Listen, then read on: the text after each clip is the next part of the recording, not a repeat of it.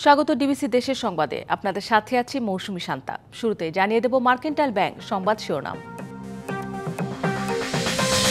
শুষ্ক মৌসুমে সুন্দরবনে বারবার আগুনে ক্ষতিগ্রস্ত হচ্ছে জীববৈচিত্র্য।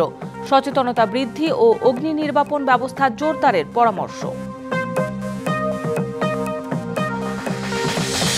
যমুনা সেতু রংপুর মহাসড়কে 4 লেনের কাজ প্রায় শেষ।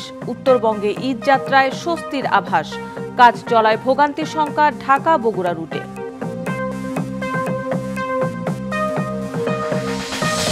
নরসিংদীতে দেশের কাপড়ের অন্যতম বড় বাজার শেখেরচর বাবুরহাট উপেক্ষা করে হচ্ছে বাইপাস। ক্ষতির সংখ্যা ব্যবসায়ীদের। এবং কুষ্টিয়ায় পাইকারদের আনাগোনায় জমজমাট পোড়াদহ কাপড়ের হাট। ঈদ মৌসুমে 150 থেকে 200 কোটি টাকার বেচাকেনার আশা।